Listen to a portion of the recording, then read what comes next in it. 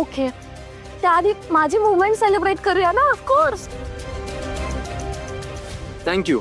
Welcome. बस.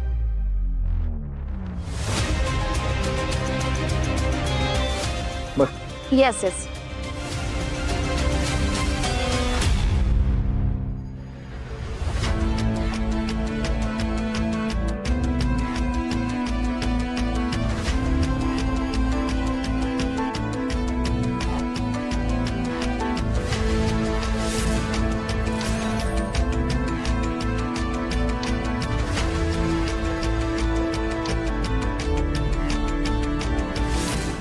सई, बाहेर चाललीस? हो हो, आईला भेटायला चालली आहे. आईकडे? सगळं ठीक आहे ना? नाही म्हणजे कालच माहेरी गेली होतीस म्हणून विचारलं. हो, पण काल आई नव्हती घरी. ॲक्च्युली माझी एक लांबची मावशी ती वारली, त्यामुळे मामा आणि आई तिकडेच गेले होते. मग म्हटलं आता परत घरी जावं, आईशी बोलावं आणि मावशीचं हे अचानक कसं झालं ते पण विचारता येईल ना. हो, म्हणून. जा तू. अगं पण हे बघ, तुझ्यासाठीच सरबत घेऊन आले मी. आधी हे घे आणि मग जा. घे. हो. अगं अगं, असं उभे उभे पिऊ नये. शांत बस तिथे आणि पी. चल चल, बसून पी.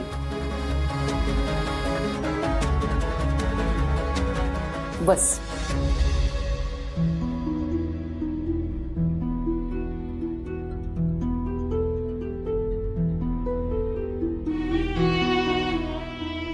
सई, मगाशी मी एकदम चिडून बोलले तुला. मी असं बोलायला नको होतं.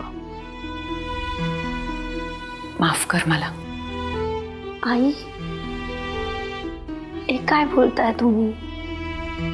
हे बघा, आईने मुलीची माफी मागायची नसते आणि तुमचा माझ्यावर पूर्णपणे रागवण्याचा हक्क आहे. माझ्या मुलांची खूप काळजी वाटते ग मला, म्हणून मग असा तोल जातो कधी कधी.